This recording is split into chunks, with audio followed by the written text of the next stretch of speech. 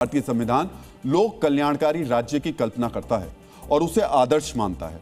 लोक कल्याणकारी शासन यानी देश के हर नागरिक के कल्याण के लिए काम करने वाला शासन। संविधान निर्माताओं ने पूरे शासन की कल्पना इसी बुनियाद पर की थी। अब हम विश्लेषण करेंगे उस राजनीतिक चतुराई की जो जन कल्याण के नाम पर संविधान और उसकी मूल भावना की अनदेखी करता है, जो राष्ट्र हित में खर्च होने वाले धन को एक खास नजरिए से खर्च करता है। मित्रों, कर्नाटक की सिद्धरमैया सरकार ने एक योजना को मंजूरी दे दी। योजना है 2013-2014 से लेकर 2018-2019 तक के कर्ज पर ब्याज की माफी का। कर्नाटक सरकार इसके लिए एक मुश्त निपटान योजना लेकर आई है। इसके तहत मूल कर्ज की रकम देने पर ब्याज माफ हो जाएगा। सरकार का मकसद फंसे हुए लोन की वसूली है। सरकार को उम्मीद है कि इससे 718 करोड़ की वसूली होगी। ब्याज के साथ पूरा लोन 981 करोड़ रुपए का होता है। एक नजर में देखने पर कर्नाटक सरकार का उद्देश्य अच्छा लगता है। सरकार के फंसे हुए पैसों की वसूली हो तो ये कर्नाटक के लिए अच्छी पहल है। लेकिन इस पूरी योजना में एक शर्त है।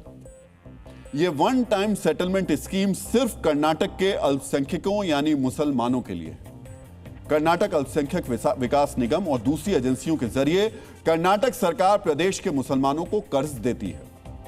अब ऐसे मुसलमान जिन्होंने 2013-2014 से लेकर 2018-2019 तक कर्नाटक सरकार की एजेंसियों से कर्ज लिया हो, वो बिना ब्याज के मूल रकम वापस कर योजना का फायदा उठा सकते हैं। मित्रों, आचार्य चाणक्य ने कहा है कि शासन का धर्म है सभी नागरिकों को समान सुरक्षा और न्याय देना। जो शासन किसी वर्ग या समूह का पक्ष लेता है या भेदभाव करता है, वो अन्याय माना जाता है। ये सही है कि सिद्धरमैया सरकार नागरिकों को राहत देने के लिए ब्याज माफी की स्कीम लाई है, लेकिन सवाल यह है, क्या इस ब्याज माफी का आधार धार्मिक होना चाहिए? क्या न्याय यह नहीं होता कि इसका आधार आर्थिक होता? यह रुपए पैसे से जुड़ा मामला है। अगर सिद्धरमैया सरकार सचमुच लोक कल्याण की भावना से काम करना चाहती तो ब्याज माफी का आर्थिक आधार होता। मित्रों, कर्नाटक में कर्ज से जुड़ा एक आंकड़ा आप समझते हैं। कर्नाटक में ग्रामीण इलाकों में 100 में से 35 लोगों ने कर्ज ले लिया है, यानी उन्होंने कर्ज लिया हुआ है। ग्रामीण इलाकों में रहने वाला राज्य का हर तीसरा नागरिक यानी कर्जदार है। शहरी इलाकों में रहने वाले 100 में से 23 लोग कर्जदार हैं। कर्नाटक में कर्ज लेने वाले करीब 10% लोग लोन डिफॉल्ट करते हैं, यानी कर्ज का पैसा वापस नहीं कर पाते। समझिए, जिस राज्य में 1/3 आबादी कर्ज के जंजाल में फंसी है, आर्थिक तौर पर परेशान है, वहां कितना अच्छा रहता कि ब्याज माफी का आधार ऐसा होता जो ज्यादा से ज्यादा लोगों को लाभ पहुंचाता। लेकिन नहीं, सिद्धरमैया सरकार ने धर्म के आधार पर ब्याज माफ करने की स्कीम का ऐलान कर दिया। इसीलिए इस फैसले पर सवाल भी उठ रहे हैं। अंबेडकर विकास निगम, वाल्मीकि निगम और अन्य पिछड़ा वर्ग नियमों के लाभार्थियों को ऐसी राहत क्यों नहीं दी गई? क्या सिर्फ एक समुदाय को खुश करना ही आपकी धर्मनिरपेक्षता का विचार है?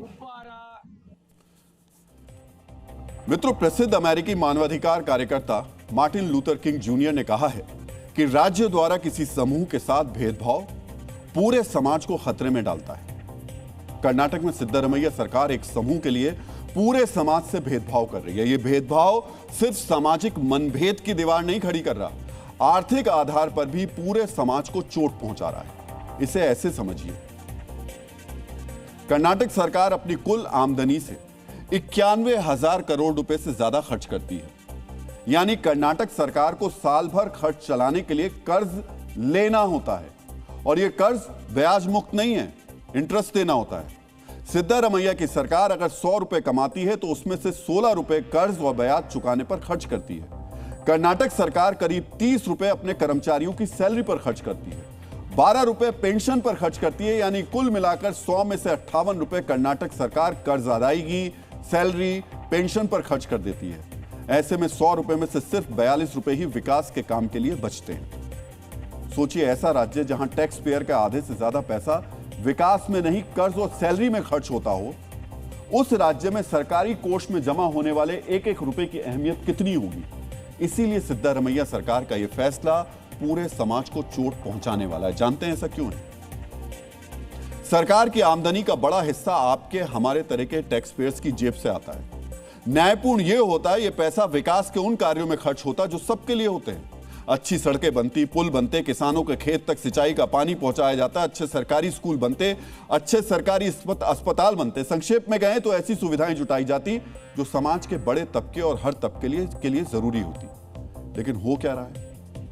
करदाताओं की मेहनत की कमाई के पैसे से समाज के एक छोटे से वर्ग को राहत दी जा रही है। इसके पीछे कैसी सोच काम कर रही होगी, उस पर आज हम चर्चा नहीं करेंगे। डीएनए मित्रों, आप सब जानते हैं नेता ऐसी संकीर्ण सोच वाले फैसले क्यों लेते हैं, ऐसी योजनाओं का नुकसान आपको, हमको यानी आम आदमी को कितना होता है, अब उसे समझ लेते हैं। मित्रों, कर्नाटक सरकार ने शिक्षा का बजट 2% घटा दिया क्योंकि राज्य सरकार के पास फंड नहीं था। फंड की कमी के कारण स्वास्थ्य का बजट भी नहीं बढ़ा, यानी नए अस्पताल और इलाज की सुविधाओं में कटौती की गई। सोचिए यह कितना गंभीर संकट है। धन की कमी के कारण अपर कृष्णा प्रोजेक्ट का काम अटका हुआ है। इस प्रोजेक्ट से राज्य के 12 लाख एकड़ जमीन की सिंचाई होगी। 5 लाख से ज्यादा किसान परिवारों को लाभ मिलेगा। अपर भद्रा प्रोजेक्ट भी पैसों की कमी से अटका हुआ है। बेंगलुरु देश का आईटी हब है, लेकिन वहां ट्रैफिक व्यवस्था बदहाल है। बेंगलुरु में टनल, रोड्स, मेट्रो के प्रोजेक्ट्स पैसों की कमी से अटके हुए हैं। मित्रों, बूंद बूंद से घड़ा भरता है, एक एक रुपए से सरकार का खजाना भरता है। हमने आपको जिन प्रोजेक्ट्स की जानकारी दी वो कर्नाटक के विकास के लिए, कर्नाटक के आम नागरिकों की समृद्धि के लिए बहुत जरूरी है। अगर सिद्धारमैया सरकार आर्थिक अनुशासन का पालन करती तो जरूर ये प्रोजेक्ट समय पर पूरे होते। राज्य में शिक्षा और स्वास्थ्य का बजट घटाना नहीं पड़ता। कर्नाटक में आम आदमी तक सुविधाएं इसलिए नहीं पहुंच रही क्योंकि राज्य सरकार के फैसलों का आधार तर्क संगत नहीं है। इसलिए ये फैसले पूरे समाज को चोट पहुंचा रहे हैं। मित्रों, बेशक सरकार को आर्थिक तौर पर कमजोर लोगों को राहत पहुंचानी चाहिए, लेकिन ये फैसले तर्क और न्याय के आधार पर होने चाहिए। कर्नाटक सरकार को समझना चाहिए कि उसके कोष में जो धन है वो करदाताओं ने दिया है, उसे सोच समझ करके सबके हित में खर्च करना चाहिए।